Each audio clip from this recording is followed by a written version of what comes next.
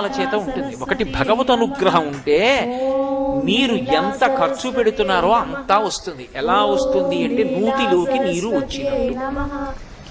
నూతిలో నీరు తోడుతూనే ఉన్నాడు, జలం పుడుతూనే ఉంది. ఎక్కడి నుంచి నీరు వచ్చింది నీకు తెలియదు, తోడడం ఒక్కటే నీకు వచ్చు.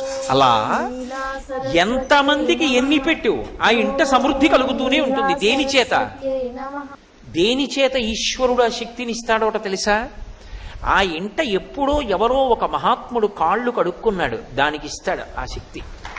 కాళ్ళు కడగడం అన్న మాట అర్థం ఏంటో తెలుసా? అందుకే ఒక మాట అడుగుతారు, మీ ఇంట పెద్దలు ఎవరైనా కాళ్ళు కడిగారా అంటారు. పెద్దలు కాళ్ళు కడుగుతా అన్న మాటకు అర్థం ఏంటంటే బురదంటుకుందని కడుక్కోవడం కాదు. అన్నం తింటే వాళ్ళ ఇంట్లో భోజనం చేస్తే వాళ్ళ ఇంట్లో కాళ్ళు కడుక్కుని వెళ్ళిపోతారు. అసలు ఎప్పుడు భోజనం చేసినా కాళ్ళు కడుక్కోవాలి. కాళ్ళు కడుక్కుని వెళ్ళిపోయారనుకోండి, అలా తనని నమ్ముకున్నటువంటి పరమభాగవ